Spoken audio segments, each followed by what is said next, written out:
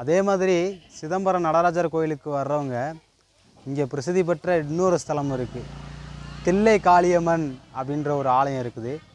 அதையும் வந்து நீங்கள் பார்த்துட்டு போகலாம். இந்த தில்லை காளியம்மன்ற கோயில் எப்படி உருவாச்சு அப்படின்னா, சிவன் பெருசா சக்தி பெருசா அப்படின்னு சொல்லிட்டு ஒரு போட்டி வருது. அப்போ சிவனும் சக்தியும் நடனம் ஆடுறாங்க. அப்போ வந்து சிவபெருமான் வந்து அந்த போட்டியில் வந்து ஜெயிச்சிட்றாங்க. அந்த காளியம்மன் வந்து, அதாவது அந்த பார்வதி அம்மன் வந்து தோற்று போகிறாங்க. அப்போ வந்து சிவபெருமான் வந்து சபிச்சிட்றாராம், நீ வந்து காளியாக போ அப்படின்னு சொல்லிட்டு சபிச்சிட்றாராம்.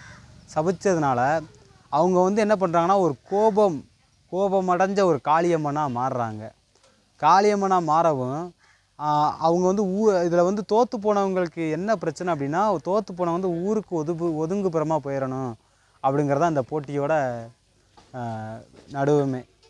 அதனால் வந்து என்ன செய்கிறாங்க அப்படின்னு சொன்னால், அந்த காளியம்மன் வந்து ஊரை விட்டு ஒதுங்கி வந்துடுறாங்க. ஒதுங்கி வந்தோடனே அவங்க வந்து மிக கோர காட்சி கொடுக்குறதுனால ஊருக்கு ஒதுங்குற புறமாக இருந்திருக்கிறாங்க. அப்போ இங்கே தில்லை காடுகள் அந்த காலத்தில் அதிகமாக இருந்திருக்குது. அங்கே வந்து ஒரு பிள்ளை அழுகுரல் சத்தம் கேட்டிருக்குது.